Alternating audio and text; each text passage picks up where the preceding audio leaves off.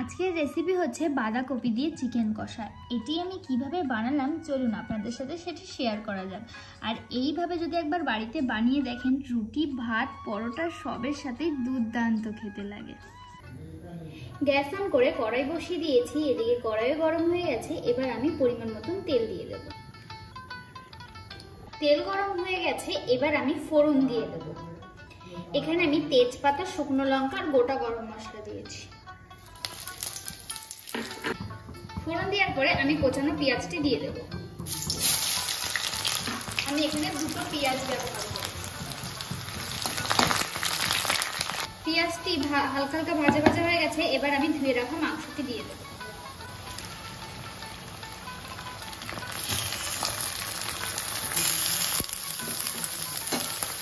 পেঁয়াজের সাথে আমি ভালো করে মাংসটি কষিয়ে নেব। আমি দিয়ে দেবো রসুন আর আদা বাটা।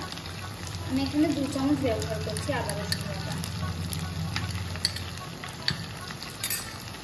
তারপরে দেবো কাঁচা লঙ্কা।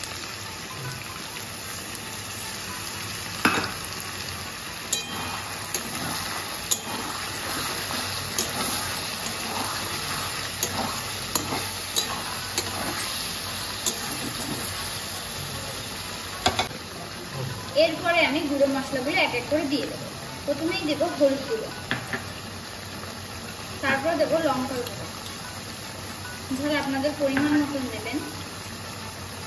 তারপর দেবো ধনে গুঁড়ো, তারপর দেবো জিরে গুঁড়ো।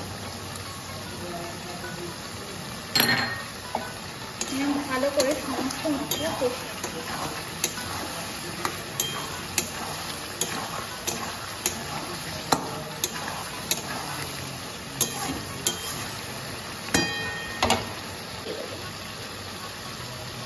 এরপরে আমি পরিমাণ মতো লবণ দিয়ে দেবো।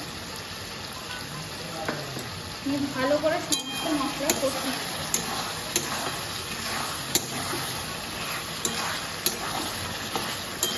সমস্ত কিছু ভালো করে কষিয়ে নেওয়ার পরে আমি এখানে এবার কুচানো বাঁধাকপিটা দিয়ে দেবো।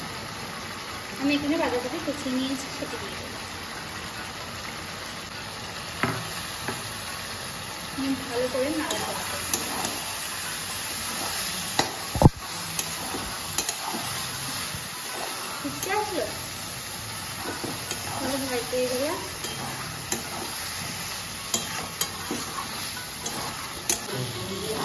বাঁধাকপি দিয়ে আমি ভালো করে কষিয়ে নিয়েছি। এরপরে আমি কেটে রাখা আলু আর টমেটোটা দিয়ে দেব।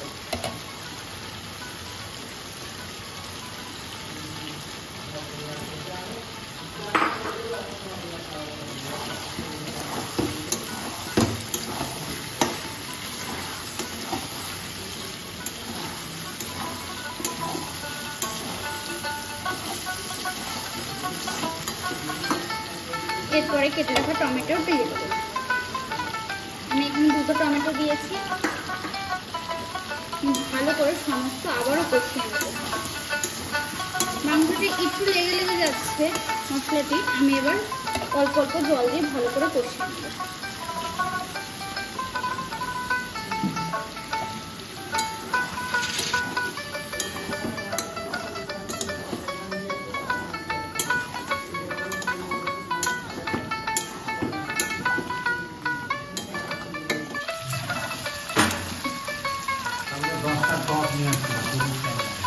মাংসটি আমার ভালোভাবে কষিয়ে নিয়েছি।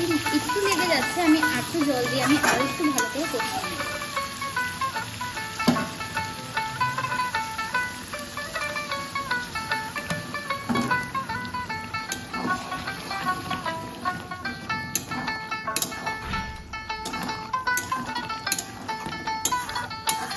এবার একটু ঢাকা দিয়ে দেবো।